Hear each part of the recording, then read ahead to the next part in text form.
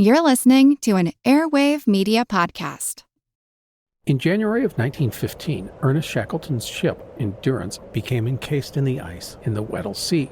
Through determination, grit, and savvy, Shackleton would lead his men through a brutal winter, then over hundreds of miles of Antarctic ice, followed by 800 miles across some of the roughest waters in the world.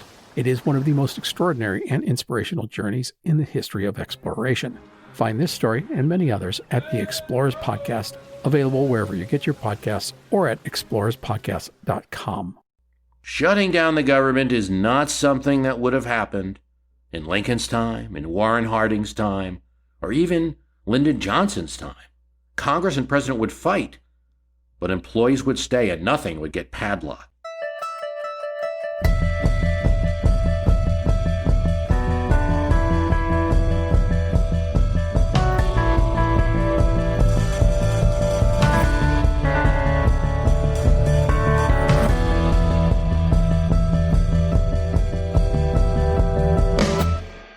On November 23, 1981, federal government workers left their offices and spilled out into the streets of Washington, D.C. It was the first true government shutdown. Not the first conflict between President, House, and Senate, but never before had tempers been so hot. Well, okay, that's not true. Tempers had been hot at different times. The nasty spats between Clay and Jackson, Lincoln and Wade, Kennedy and Harry Byrd. But never before in history was it possible to actually put on the padlocks of government. President Reagan wanted more cuts than the House and Senate agreed to, $13 billion in cuts. He did not specify where. Congress could never agree to these cuts, kept passing extensions known as continuing resolutions. The latest CR would expire November 20th, 1981, and the president sent a message that he was through with them. He would veto the budget-busting bill, and if necessary, he said, he would shut the government off. Well, yes. Back then, you shut off instead of shut down. It was new for everybody. They didn't know the lingo yet, and that term never did stick. Reagan offered a little carrot, though, before shutting the government off. He would only ask for half the cuts. Minority Leader Robert Mitchell moved through a bill in the House with the president's support, with the $8 billion in cuts, and it was defeated. Indeed, 18 House Republicans, Northern Republicans at that time, were referred to as gypsy moth Republicans, referring to an insect that inhabits the north of the country and hurts trees. The gypsy moths didn't want to see social spending cuts that might anger constituents in their swing districts. So the House didn't pass the bill. Now, the Senate, which was led at the time by Reagan's GOP party, got its turn. Majority Leader Howard Baker, senator from Tennessee, passes a bill with cuts, and now House and Senate go to conference to form a budget bill. The conference begins on Friday morning, goes until midnight. Saturday morning it continues, and they argue and argue on through Saturday afternoon, and finally the conferees agree to a bill with $4 billion in cuts, less than the president wanted, but what they think he'll accept. And they sprinkle it with a few pet defense projects that they think President Reagan will like too. And it's sent to the White House.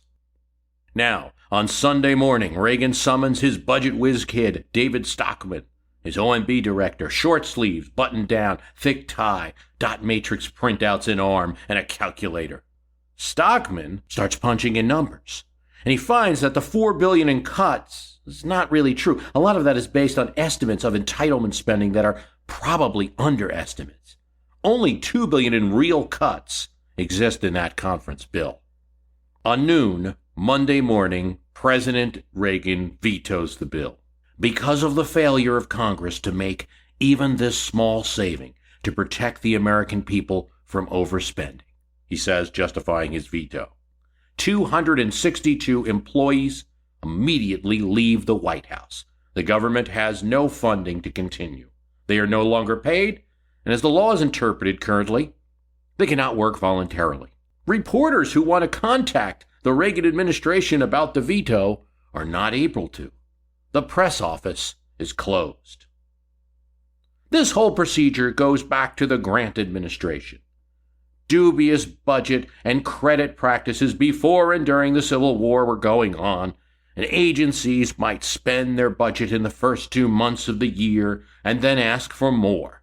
Or they'd get into contracts binding the United States before Congress approved the money. The post office was particularly notorious. Enter the Anti-Deficiency Act of 1870, passed by Congress and signed by President Grant.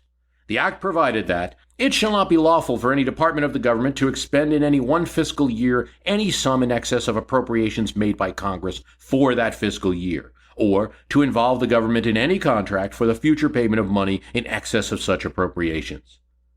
The act was amended in 1906, and it was mandated for these appropriations to be apportioned in the bills in monthly installments. See, clever agencies have said, well, I've spent all my money in the beginning of the year and we're still getting around the act. No, you can't go over your apportionment for the monthly total either. Criminal penalties were added in 1906 for violations. A version of this 19th century statute is still the law today. Agencies themselves, Inspector General and the Government Accountability Office, look into violators. And violations are found all the time. Some of them are simple. Some are just differences in bookkeeping rules, and most are small. But some are in the hundreds of millions.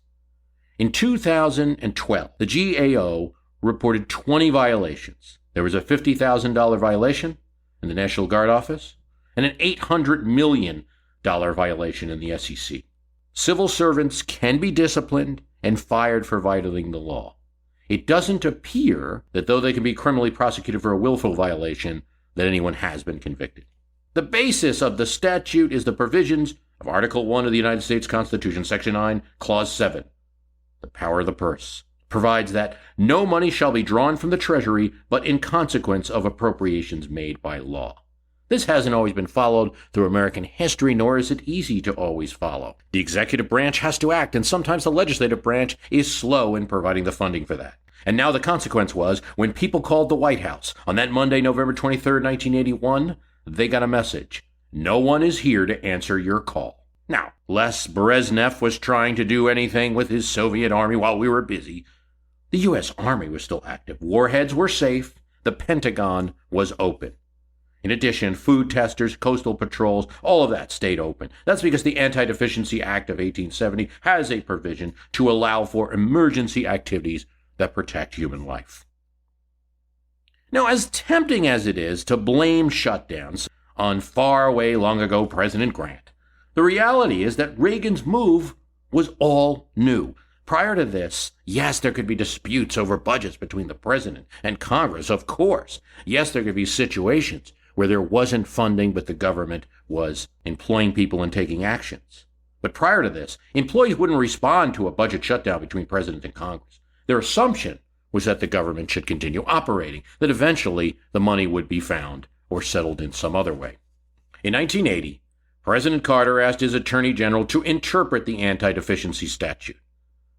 His Attorney General, Benjamin Civiletti, said it could be read only one way. There is funding or there is not. And if there is not, employees cannot continue to work in expectation of future pay. Not only that, Civiletti said criminal penalties could be imposed for managers who force employees to stay. Thus, on that day, from D.C. to Hawaii, 200,000 federal workers went right home on Reagan's veto. It was a strange episode that didn't look good for anyone at the time. Trent Lott, majority whip in the House at the time, called the whole process flim-flam. Robert Byrd, Democrat in the Senate, said it made everyone look bad, and it didn't last long. Just a few hours after the veto, the federal government was, flick, shut back on. The House took the least of Reagan's requirement, passing an extension bill to December at current spending levels, and everybody went home from Thanksgiving ready to work on a budget afterwards. There would be no more shutdowns in Reagan's presidency. There would be a quick Columbus Day shutdown in 1990 under George H.W. Bush, and then the infamous Clinton-Newt Gingrich shutdown of 1995. Shutting down the government is not something that would have happened in Lincoln's time, in Warren Harding's time, or even Lyndon Johnson's time. Congress and President would fight, but employees would stay and nothing would get padlocked. But that doesn't mean that funding has never been used as a political weapon, that a House of Representatives, who has the power of the purse, who has the ability to primarily enact financial legislation, at least to initiate it, would never use that power against a president on some other policy issue. That happened in the first administration under George Washington and has continued till today, when his administration pursued a treaty with Great Britain, the so-called Jay Treaty. It was a treaty that no one liked. No one liked. When he first received details of it, Washington found it lacking. The main points of disagreement between early United States and Britain was the western frontier where there were still British soldiers in posts, the West Indies trade, protection of American sailors and ships, and here's the ugly part for critics of the Jay Treaty and those of us looking at history today: compensation for slaves that went on English ships after the Revolution. This was an issue for critics of the Jay Treaty. It wasn't included in the treaty. England agreed. They'd move their troops off the western post after 6 months. They'd pay for damage to American ships, but only back to 3 years before, not before that. And all of it would be mediated through a committee. Read, less money. They'd only let American ships of 70 tons or less go to the West Indies to trade. Everybody else would be blockaded. That sounds like a lot, 70 tons, but it's not. American ships were 300 to 500 tons then. And forget the compensation for slaves or anything else like that. So the treaty did not go down so well in the United States.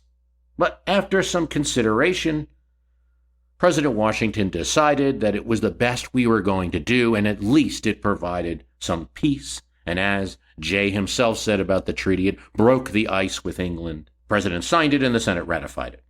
The House of Representatives, controlled by what we would now label as Jeffersonian Republicans or Democrats, led by James Madison, erupted in anger.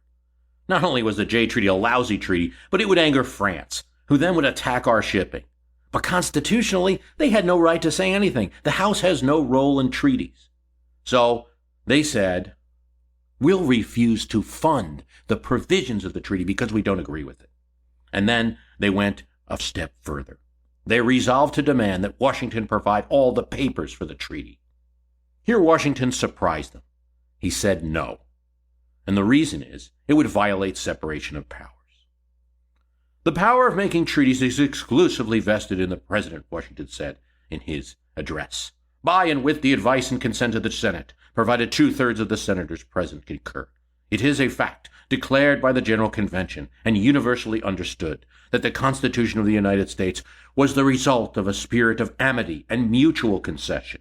And it is well known that, under this influence, the smaller states were admitted to an equal representation in the Senate with the larger states, and that this branch of the government was invested with great powers. For on the equal participation of those powers, the sovereignty and political safety of the smaller states were deemed essentially to depend. A just regard to the Constitution and the duty of my office under all the circumstances of this case forbids a compliance with your request. In other words, the House has its job, the Senate and President have theirs. Don't try to use the power of funding to enter another sphere of power. The rebuke was stunning, and Congress felt it, particularly those members who were in swing districts that had a lot of Federalists and were worried about losing. Not a new concept at all. Few of them wanted to oppose President Washington, even though they thought the treaty was ugly. Jefferson said to Madison about the fight, "Washington is the man who outweighs us all." Washington's defense of the separate branches won the day and won the public over. The idea of preventing war didn't hurt either. The idea of getting the border free didn't hurt either. Federalist Fisher Ames told the congressman they didn't fund the bill. It would be the same as if Congress scalped and bound settlers themselves. Flashy political rhetoric. So we have a president who stopped the House from using their funding powers to get into other spheres of power. Now, I am not going as far as you might think. We can't read into this that Washington would be against shutdowns today. That's simply not something anyone in early America countered. But he was pretty quick to put his foot down about the use of the funding power for a branch to get everything it wanted in the political process. For the House to become the House, Senate, and President in one. When the whole debate was over, Washington won that battle. But the cost was deep. His image was changed. Partisans would now start to do the unthinkable back when. They would attack Washington politically, leading many a toast in the Capitol and elsewhere sounded something like this, a very qualified toast. To George Washington, to the year 1787, and no further. In other words, great Revolutionary War leader, lousy president. So Washington took a stand on that issue. What would early Americans think of something like shutting the government down? I'll make two comments.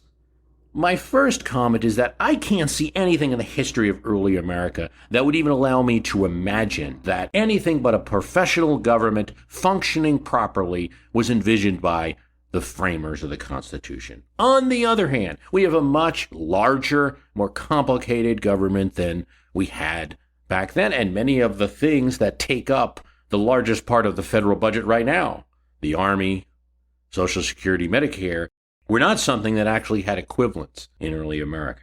Still, I imagine that a functioning professional government was the goal at all times, and obviously a Washington who warned against the effects of baneful party spirit would have his opinions about such a conflict that was paralyzing everyone.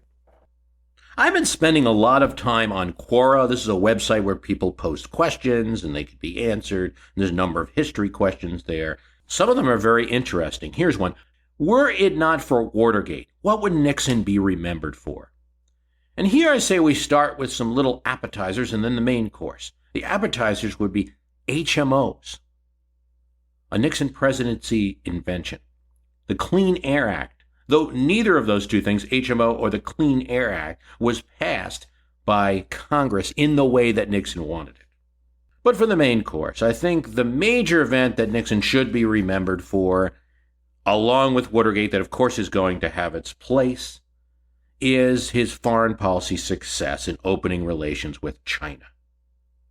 Watergate's always going to be the first thing in the quick view textbook history.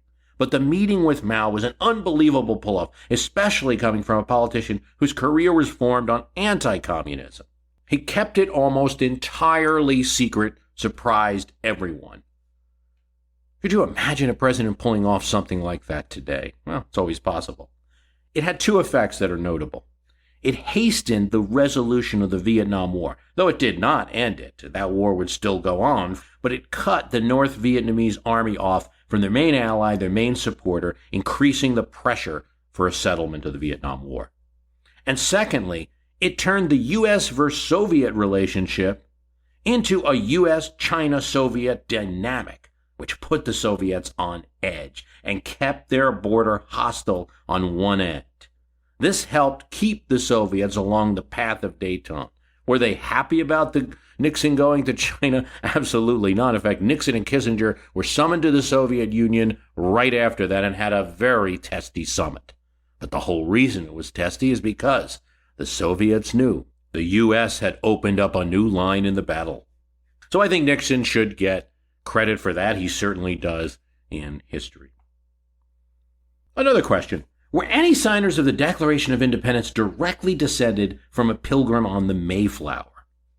The signing of the Declaration occurred about 5 generations from the founding of New England, so even for contemporaries, the concept of a Mayflower ancestors had some charm and cachet just like it does today. It was a long time before 1776. Small wonder why Robert Treat Paine was sent to Continental Congress. The Treat family name was well known to have Mayflower connections, with the specific Mayflower passenger being a man called Stephen Hopkins, not related to the signer of that name. It really gave a shine to the Revolutionary War effort and the Declaration of Independence to have people like the Treat family involved, to have the Lees in Virginia, to have descendants of the Carter family in Virginia signing that document.